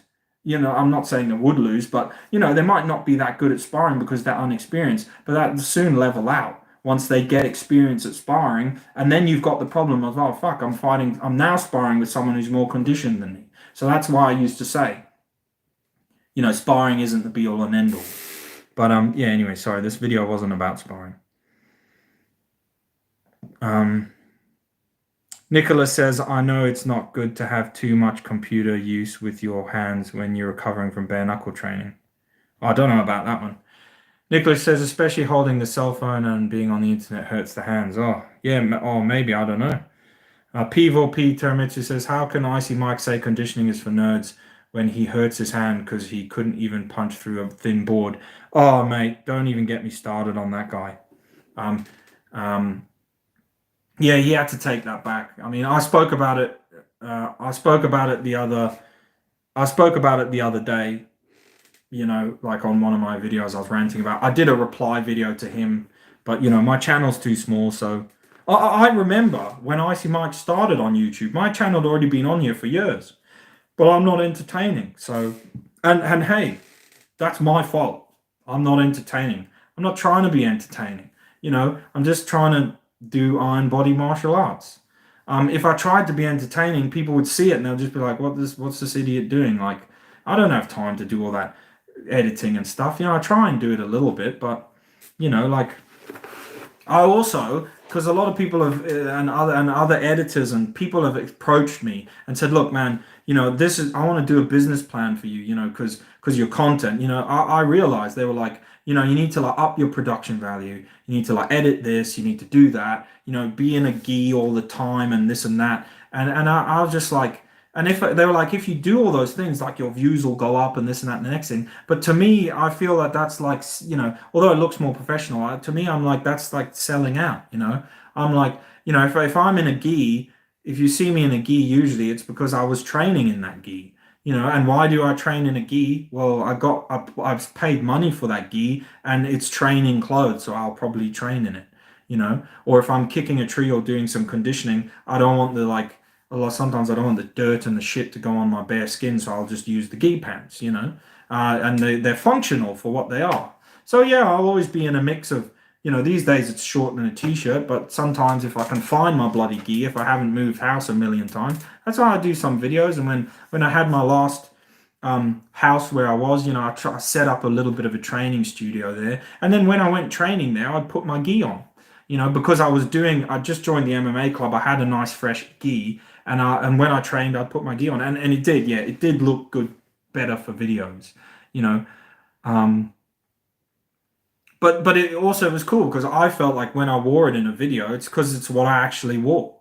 I didn't like take it out of the cupboard and put it on just to do the video. I would be wearing it. I was trained. Anyway, doesn't matter. Um, I'm Peaky Blinder says, bro, do you believe in God? I do. Um, LEC says spam. Yeah, whatever. Nicholas says your wrist pain healed up after a while and more conditioning. Yeah, yeah, they're from punching the heavy bag. Yeah, like I'm saying, if no matter who you are, you do one good session like bare knuckle on a proper dense heavy bag, and you're hitting it nice and hard.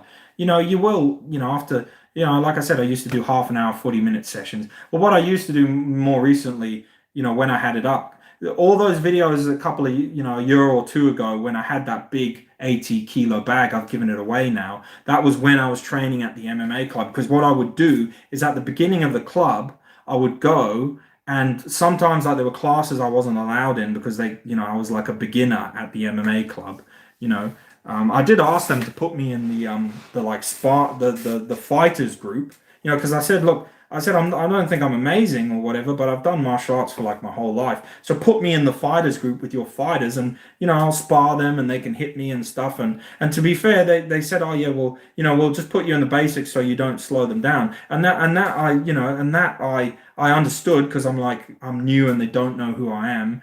And also, you have to learn. At the end of the day, MMA training for fighting, there's ring craft to it. You have to learn a certain set of moves. There's a particular kind of ring craft and a way you do things, and new stuff for me to learn. The kind of grappling, the takedowns and stuff like that. And like a lot of those things are specific to Greco-Roman wrestling and other things like that. And I was new to BJJ, and then I learned it. So there's lots of cool shit, and I was like, yep, nice. So I did it. But anyway, long story short, before those classes, I would often pitch up. And I would just be like, hey guys, can I just use the heavy bag? And they'd be like, yeah. So I just stand at one of those nice heavy bags, the same one that I bought. And I just like, bare shin, bare knuckle. And and I had my beater with me, this thing.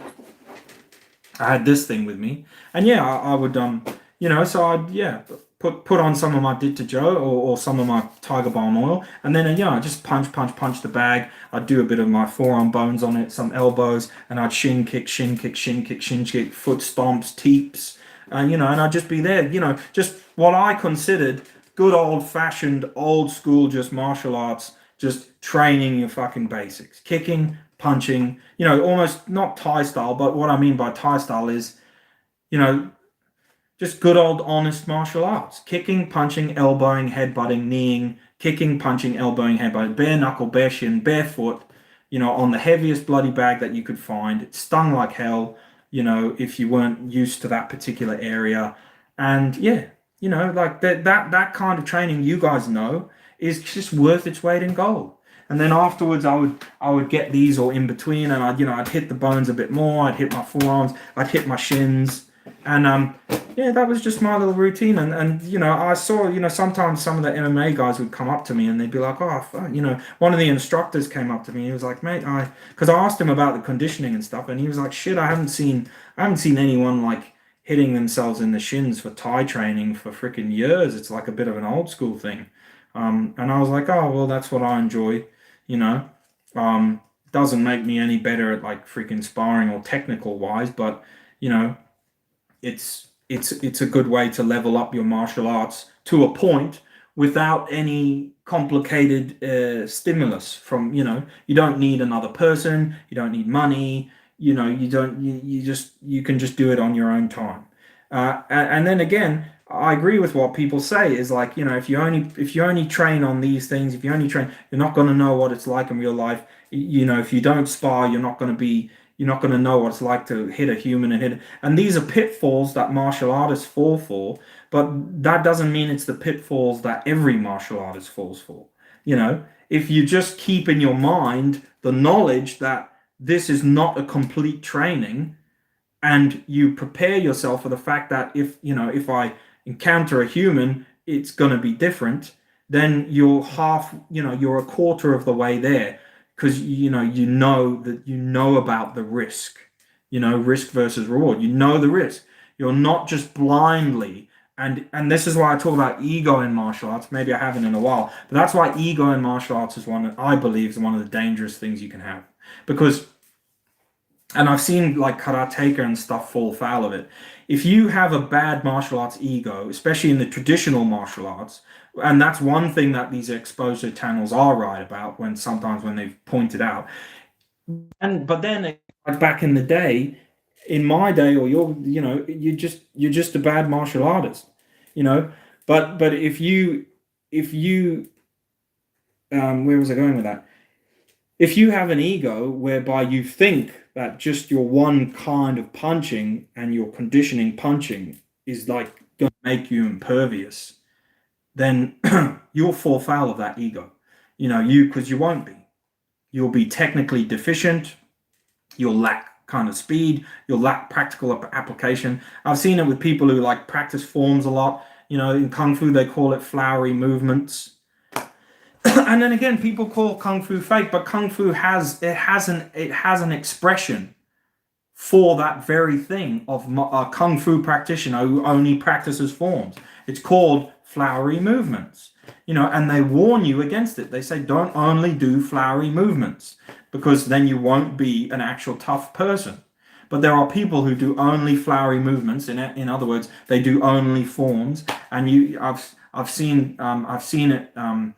At least visually, I've seen it on at least one Wu Dang master, or considered a master. But I saw a video of this Wu Dang master training his form, and his form was amazing. And then whatever the program was, they made him try and do it on like a Muay Thai fighter, and he just couldn't do anything, because he trained the form for so many years, but he didn't know the application, or the application was so like rudimentary and basic. It didn't require 10 years of training. The form looked amazing, but it didn't work. So whose fault was that? That was the Wu Dang master's fault, because he got lost in the ego of his form, or it wasn't ego. It was just meditation. To him, it wasn't about this fighting form. He was just using it to meditate, and as it happens, that's what he was doing, because he'd locked himself in his room for 10 years and just meditated. And then he came out of his room and he started doing more of his Wudang. So of course, if you've not done training for 10 years, you're not going to be that great. Anyway, I'm going off tangent. Max says, what's the best filling for heavy bags? Cut up tires, rags, or sand? Oh, I don't know. It's again, man, it's up to you. I mean, I don't know every filling. I think rags is like the softest, obviously, because that's what your heavy bag's usually filled with. What I usually like to do is put sand in there. Um, yeah, sand. If you can, but these days you can't get a heavy bag that you can put sand in.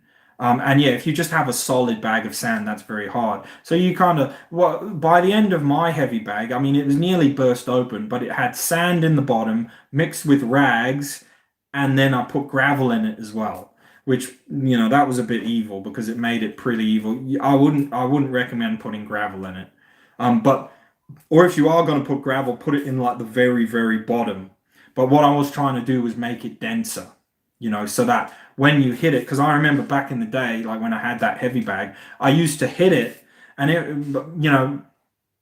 if I punched it like this, it was like thixotropic, if you know what I mean. It was like rubber. If you hit it really hard, it would just like splat your hand. And if you like but if you struck it and projected and pushed, you could hit it like with pushes, and that was really good. It's actually I later found out it's a separate kung fu skill of like projecting, but it was a really good way of practicing like projecting power, because you couldn't go like this. If you jabbed it, it would just destroy your hand. But if you like punched it with your whole body and pushed, it would kind of train your like ejecting force. Like that's how my punches used to be. That's kind of how my punches are. They were powerful. Like everyone always used to say they were powerful because they're like pushing punches. I always used to like push with my whole body.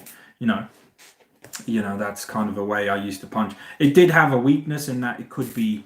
When you did punch, you were going at something with your whole body, so then you got to be careful because, people can, you could walk into like a punch, couldn't you? Because if you're just going like this, you might be out of range of a punch. But if you're punching and moving like with, do you get what I mean? If your punch is moving with your whole body, then if you get it wrong, you can walk into a hit. But that's like a sacrifice. You don't use it all the time and you're aware of it. So you're as do you know what I mean? You're as best prepared as you can be, because everything has pluses and everything has negatives. There's no one master technique, is there? No. Anyway, guys, I don't know even what the time is now. So oh well, I think my camera cut out anyway, but I'm gonna head off. Thanks for listening to my babble. I'd like to say share this video around with the people that need to hear it, but it's too long. I'll try and make a video. I'll try and make a condensed version. I probably won't get the time, but yeah, keep up the good training. Thank you, LEC. Thank you, Max. Thank you, Nick. Even Peaky Blinder. Thank you for your spam. Spirit, Mind, and Body. P4P, Taramitsu, Nick. We said Mick, didn't we? Cosmo K. He was on the other day. Max, I'm sure Max was here the other day. So yeah, thanks guys for tuning in. I hope whatever you're doing goes well, your training goes well. Let me know what you're doing. Hey, and if I don't know if you guys are doing do some videos. Tag me in them.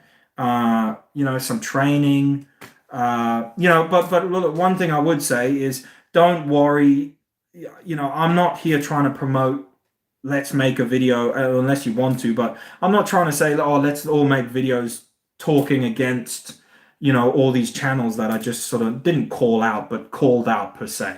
That's you don't need to do that. That's not why I made this video. We're here to try and build the martial art or whatever. Obviously you're free to do what you want, but that's not, I'm not trying to encourage people here, let's all talk, let's all speak out against Icy Mike and bloody martial arts journey and this and that and the next thing. They do what they do, we leave them. But I'm just making this video for the record. I'm not retro. I'm just making this for the record That I know I've done it and I've said it. Beck CX LECX says I'm a gamer now. Used to make nunchuck responses to Shad. Yeah, old Shad and his there's another. Well, he's a different category because like that guy's just not. He's not a martial artist. So, but yeah, his nunchuck video was funny. But yeah, he had loads of valid points. But again, I could go on about that. Is he right? Is he wrong? Who's right? Who's wrong? It doesn't matter. But you know, generally, it's considered that a nunchuck, because it can be concealed. There's a reason why that weapon, of all the weapons that are in China, that weapon was like outlawed, by the government. I think it was the communist government, but simply because it was so concealable and effective it's just a flail. Yeah. And flails exist in European medieval combat. Flails exist. Yeah. So that's what also I'd say to Chad or whatever is that a mace exists in medieval combat, a mace, which is a stick with a ball on. But flails also exist, which is a stick with a chain with a ball on. If putting a stick on a chain didn't add any kind of extra force or any kind of centrifugal power, or concealability or transportability or any kind of bonus, they never would have made it in medieval Europe. You would not see such a thing as a flail. Yeah. So Shad made this big video with this big argument of why a stick is better than a nunchuck, but it's a moot point because it is just a different thing. And the stick has its bonuses and the nunchuck has its bonuses. And the nunchuck's bonuses, it's a flail. And the stick is not a flail. And you can get certain kind of whipping force and acceleration in a flail that you can't get. And I also made a point in my nunchuck video, which is a valid point, I think, is that if you guys ever grab a stick and hit something with it, you feel it in your hand and it vibrates up your hand. But you can hit a nunchuck on something as hard as you want and you do not feel the force in your hand. So that's another good reason. So imagine if you're a knight with a flail, if you smash another knight on the head with a flail, if you hit something hard enough, the force is going to reverberate into your hand. But if you've got a ball on a chain and you hit someone with it, whack, you do not feel any force in your hand. And that's probably another big reason why flails were made, is because they eliminated the problem of the force nailing your hand. And another great thing I like about martial arts is where would people have found out about that? In real life combat. In real life, when they really smashed something as hard as they could, some poor bastard broke their hand. They smashed a couple of people, they broke their hand, or their hand was too sore afterwards, and they couldn't use it in the next battle, or they were ineffective, or they got killed, and someone else went, maybe I'm going to try making a flail. So there we go, Shad. Get that in a hanky, chief. Cram it up your freaking pie hole. Not really, because I don't have anything against Shad Adversity with his super freaking million views channel. I'm just joking, but yeah. Max says doing boxing, kickboxing, BJJ, and Bajinkan. That's awesome, Max. And do you know what, Max? I'll go soon. But that's what I love to see. It's like these weird channels. They just, or whoever they are, they do BJJ, they do kickboxing, they do mixed karate. They just can't handle that there's anything else out there, or it's not near them. So I can understand that. Maybe where these guys are, there isn't any sort of, other martial arts or jiu-jitsu, and they've just got their stuff, which is why they're all more or less the same. But theirs has to be the best. And I've repeated myself like a million times now, but that's why it's just like funny, because it's like, and then I don't include Sensei Seth in their league because he actually goes out. But then Sensei Seth goes out and he's not the same as them. I like Sensei. I like them all, but I hate them all in a different way. I don't hate Sensei Seth. I don't actually hate anyone, to be honest. But yeah, but Sensei Seth goes. He went to the Kung Fu guy more recently, and the guy was tough. And Sensei Seth even said it in the at the end of the video. He was like, man, that Kung Fu Thai is tough. And that's all you're trying to be. It's just tough, Ellie says my own named Lord Cloud. Max says like a kusuri. Yeah, kusuri gama, easy to conceal. Ellie says exactly. Ellie says ego battle. Seth is so chill. Yeah, I like old Seth. You know.